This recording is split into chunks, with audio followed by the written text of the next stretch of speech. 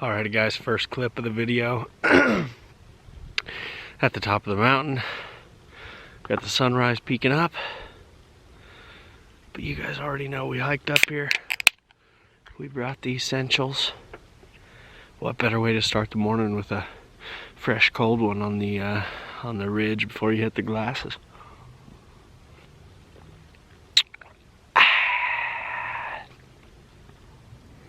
Hey, you ever watch a baseball game on TV?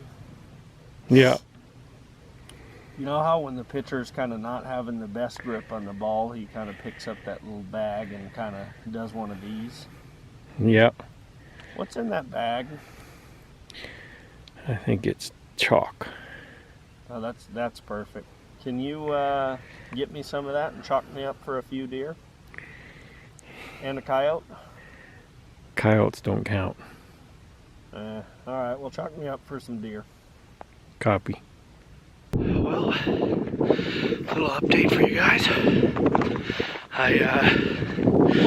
We're gonna move to a different glassing spot. We hiked all the way off this big mountain down to the Polaris to drive over closer to that spot, get all the way down to the Polaris, and I left my video camera at the top of the mountain.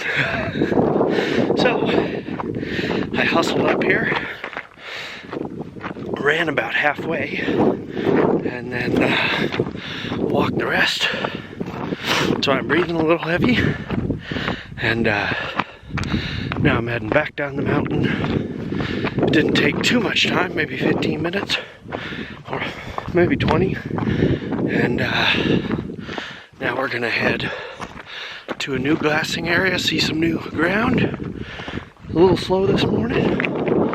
Saw a lot of deer, like 20 deer, but none of the really big bucks were after, so heading off the mountain, and we'll see what we see at the next spot.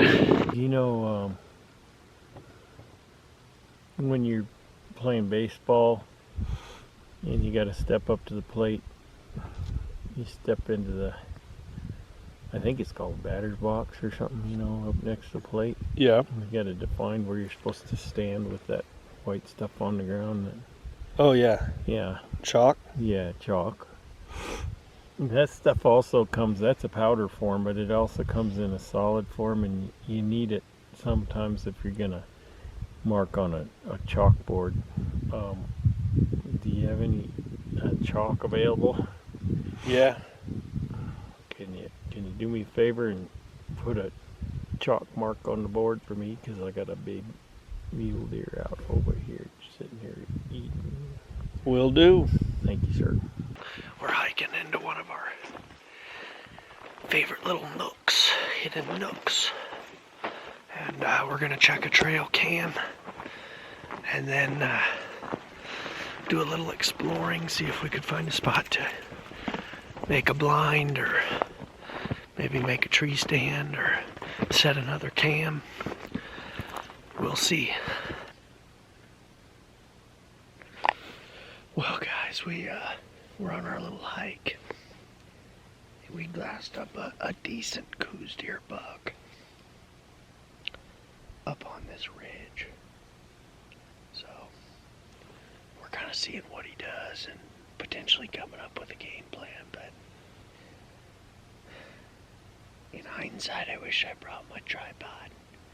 But we got a decent way to glass laying down like this. And we're looking up.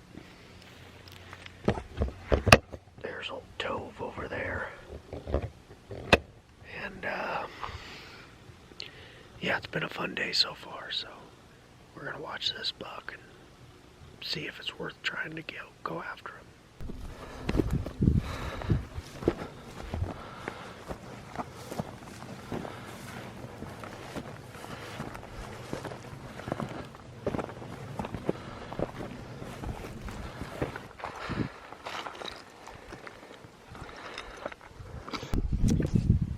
Well, the coues deer buck that we saw from down there had to lay on our backs to get steady binoculars.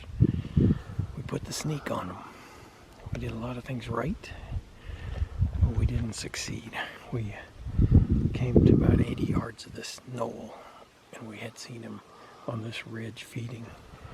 And we put on the sneaks and the super sneak and came up, and we got within 40 yards of him. The bad part was we didn't see him, but he was bedded down right here. Yeah, he was laying right here. We were on the other side of this tree here. I would say between 30 and 40 yards. Yeah, that's a buck. That's probably that bigger buck. There he is.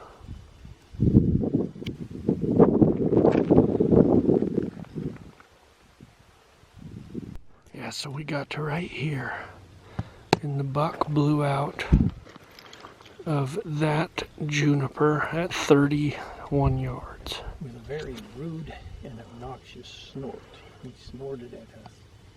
If we had had the advantage of knowing he was bedded under that bush, things might have been different. Yeah, we would have just sat right here and waited. Yeah. But it was fun. Yeah, it was fun. We got really close. We looked out. The winds were swirly up here, but we sort of, where they were coming around this way. But I thought, no, he's up on the ridge. The wind's going to blow our scent that way. It's been a good day. It's been a good day. Seen some deer. Got within 31 yards of a coues deer, bedded, but unfortunately we didn't know exactly where he was, and he saw us and alerted everybody else with a big old snort, and they all took off. So that was fun. We did some pre-scouting in the canyon with a lot of coues deer, and we got a potential spot for a tree stand in the ground line, and you can see it gets a little cold in here, and there's ice all over these rocks. Yeah, pretty cool. But there is a water source down here in this canyon, so maybe the coues deer come down here to drink. And what are we doing now? Oh, we're gonna go, like good California hunters, we're gonna go get some fast food. And then we're gonna go to one of our favorite Javelina spots and do some glassing and hopefully fill James's Javelina tag. And there are deer there too. We might see a deer. So that's where we're headed.